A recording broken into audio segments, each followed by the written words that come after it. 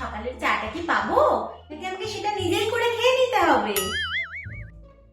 দেখছেন তো মা, আমি একটা কাজ করছি, একটু নিজে করে খেয়ে নিতে পারছেন না? হ্যাঁ, সেটাও ঠিক কথা। তোমার মতো এরকম অকুমা ঢিকির উপর ভরসা করাটাই আমার ভুল হয়েছে। তাহলে বসে বসে খেয়ে শরীরটাকে ভারী করছেন কেন? একটু খেতে খেতে শরীরটাকে কমান। তোমার বরের পয়সায় খাই না আমি বৌমা, আমি আমার বরের পয়সায় খাই। তাই ছোট লোকের মতো এসব কথাবার্তাগুলো বলো না। কিন্তু রান্নাটা তো কষ্ট করে আমিই করি, তাই না? সারাদিন বসে বসে অর্ডার না করে একটু উঠে গিয়ে রান্নাটা তো করতে পারে। আমি যদি এই বাড়ির সমস্ত কাজ করব, তাহলে তোমাকে এই বাড়িতে নিয়ে এসেছি কেন? তুমি এই বাড়ির সমস্ত সবার কাজ করবে, আমাদেরকে দেখাশোনা করবে, সবার অর্ডার অনুযায়ী কাজ করবে, তাই তো এনেছি তোমাকে এই বাড়িতে। ও, বাবা বুঝি আপনাকে এই বাড়িতে কাজের লোক করে এনেছিল? আচ্ছা, তাই ভাবি। আপনি সারাক্ষণ আমাকে দেখলে অর্ডার করেন কেন, আর আমাকে দেখলেই খালি খোঁড়া হয়ে যান কেন? আমি সেটাই তো বুঝতে পারলাম না। আজ সেটা বুঝতে পারলাম, আপনি এগুলো আপনার শাশুড়ির দেখে দেখে শিখেছেন, তাই না? হ্যাঁ বৌমা, আমি যা কষ্ট পেয়েছি তা আমি একা কেন ভোগ করবো, তা তোমাকেও করাবো। হ্যাঁ হ্যাঁ মা, করান। আপনাকে কিভাবে টাইট দিতে হয় আমি খুব ভালো করে জানি। এই যাটা খান, খেয়ে আমাকে উদ্ধার করুন। বাইগান।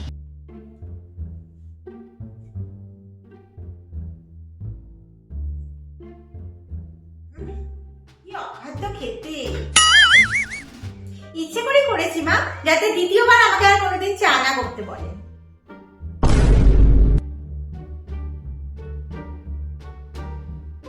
আমার শাড়িতে আয়রন করেছো? হ্যাঁ করেছি তো। এই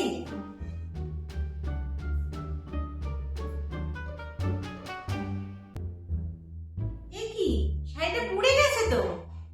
ইচ্ছে করেই পুড়িয়েছি মা, যাতে আর কোনোদিন আমাকে আয়রন না করতে বলেন। আসলে না, আপনার কোনো কাজ আমার করতেই ইচ্ছা করে না। এইবার যা করেছো করেছো, দ্বিতীয়বার এরকম করতে যেও না, হ্যাঁ? তাহলে আমার থেকে খারাপ আর কেউ হবে না।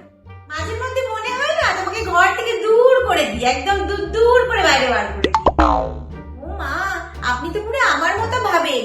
আমিও মাঝে মধ্যে ভাবি, জানেন তো, আপনাকে বৃদ্ধাশ্রমে পাঠিয়ে দিই, আপনাকে ঘরে রাখতেই ইচ্ছা করে না।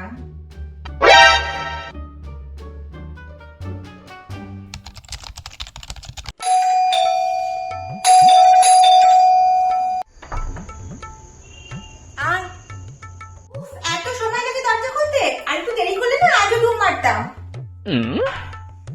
তা কালকে কেন ডুব মেরেছিলিস, কি কারণ ছিল?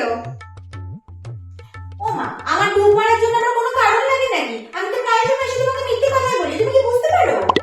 কালও ছুটি করার বাহানা আছে বুঝি? এখনো কিছু ভাবিনি, কিন্তু যা খুশি একটা ভেবে বলে দেবো। অন্তত ফর্মালিটির জন্য তো বল, কালকে কেন আসলি না? আগের বারে কিসের জন্য যেন ছুটি নিয়েছিলাম? তোর শরীর খারাপ ছিল তাই? হ্যাঁ আচ্ছা, ও কালকে তাহলে আমার শাশুড়ির খুব শরীর খারাপ ছিল, একদমই যায় যায় অবস্থা। আচ্ছা ঠিক আছে, কাজ শুরু কর।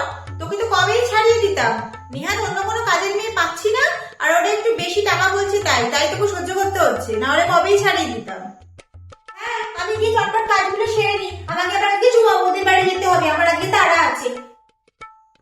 কেন? ও, আসলে আজকে দাদাবাবু বাড়িতে নেই তো, বাড়ি পুরো ফাঁকা। আমি আর বৌদি মিলে দুজনে বসে পাড়ায় চুগলি করবো ওই জন্য। ও, তাহলে আমাদের নামে নিশ্চয়ই চুগলি করবি? হ্যাঁ অবশ্যই, তোমার মতো মহিলার বাড়িতে কাজ করা কি কাট্টিখানি কথা নাকি? কত কষ্ট করে আমায় করতে হয়, তার উপরে সারাদিন খিটখিট খিটখিট। ওসব ছাড়ো, আমি এখন কাজ যাই।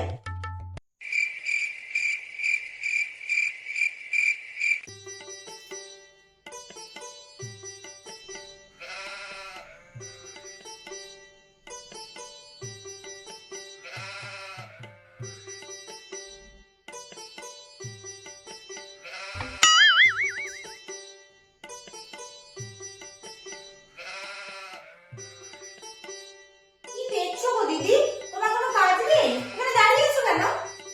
না রে, কোনো কাজ নেই। কিছু জিনিস চুরি করা যায় কিনা সেটাই দেখছিস, তাই না? সবার ঘর থেকে জিনিস চুরি করে করেই তো আমার ঘরটা ভরিয়েছি। আর তুমি এবার আমার পিছন পিছন ঘুরে বেরিয়ে না তো, তাহলে ভালো করে কাজ করতে পারবো। তুই এমনিতেও ভালো করে কাজ করিস না, অর্ধেক জায়গায় নোংরা পড়ে থাকে। তোমার ঘর যদি ভালো করে পরিষ্কার পরিষ্কার করতে যাই না, তাহলে সারা জীবন তোমার ঘরেই পড়ে থাকতে হবে, বাইরে আমায় আর কোনো কাজ করতে যেতে হবে না।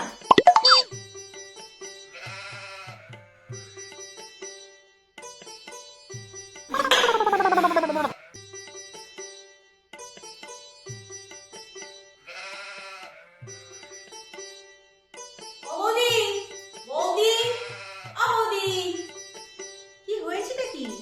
এই নাও, তোমার এখানে টাকা পড়েছিল। বাহ, ভালো শিক্ষা পেয়েছিস, এই জন্য তোকে আমি কাজ থেকে ছাড়াই না। আমার শিক্ষার কি আছে? 10 টাকা বলে তাই দিয়ে দিলাম। 100-200 টাকা পড়ে থাকলে কখন ঝেপে দিতাম, তুমি পেতেই না। হ্যাঁ, তুই তো ভালো করেই জানিস তোকে ছাড়া আমাদের চলবে না। দেখো বৌদি, আমি জানি তুমি একটা কিপটে মহিলা, তবুও বলছি সামনে মাসে আমার টাকা কিন্তু বাড়াতে হবে। এত টাকা ইনকাম করছো, একটু মাইনে বাড়াতে পারো না? দেখ, আমাদের অ্যাকাউন্টে লাখ লাখ টাকা আছে, তবুও তোর একটা টাকাও বাড়ানো হবে না।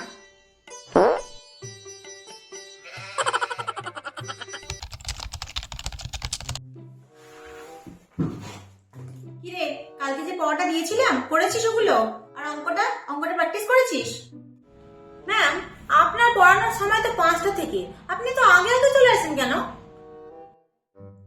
আমি 5টায় আসলে তুমি পড়তে বসার নাটক করতে করতে 5:30 বাজিয়ে দাও, তাই আমি আধা ঘন্টা আগে আসি, যাতে তোমার নাটকগুলো একটু আগে শেষ হয়ে যায়, আর তোমার মা যাতে বুঝতে পারে যে আমি অনেকক্ষণ ধরে পড়াচ্ছি। আচ্ছা, আমি ইচ্ছে করে এত নাটক করি ম্যাম, কারণ আপনার কাছে না পড়তে আমার একদম ইচ্ছা করে না।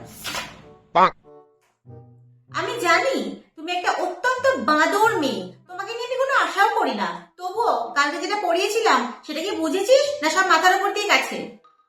ম্যাম, আপনি যখন বোঝাচ্ছিলেন, বোঝাতে চেষ্টা করছিলাম, কিন্তু আমার বুঝতে ইচ্ছা করছিল, ওই জন্য বুঝিনি, শুধু শুনেছি। রাতে পড়তেও বসিসনি? হ্যাঁ, রাতে তো পড়তে বসেছিলাম, কিন্তু আমার একটা ফ্রেন্ড ফোন করলো, তারপরে গ্রুপ ভিডিও কলে কথা বলতে বলতে আমার আর পড়া হয়। ঠিক আছে। দেখ, আমি যখন পড়া বোঝাবো, পড়া ঠিক তখনই বুঝবি। আমি তোকে বারবার বলবো যে একবার না বুঝলে তুই আমাকে বারবার জিজ্ঞাসা কর, আমি তোকে বারবার বোঝাবো, কিন্তু আমি কাজে কিন্তু সেটা করবো না। আমি একবারই বোঝাবো, একবারের বেশি দ্বিতীয়বার জিজ্ঞাসা করলে ঠাসি একটা চড় মারবো।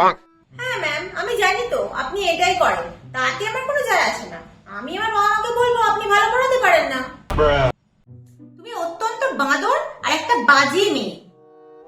Thank you ma'am. কি বলতে হবে না, এমনিতেও তোমাকে নিয়ে আমার বিশেষ কোনো আশা নেই।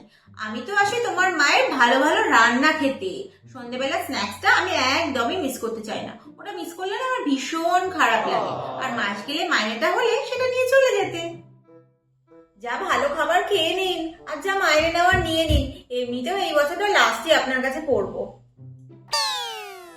এর থেকে বেশি ফালতু কথা বললে না, ঘরের সমস্ত রাগ তোর ওপরেই ঝাড়বো। বেশি বাজে না বকে পড়াটা দে।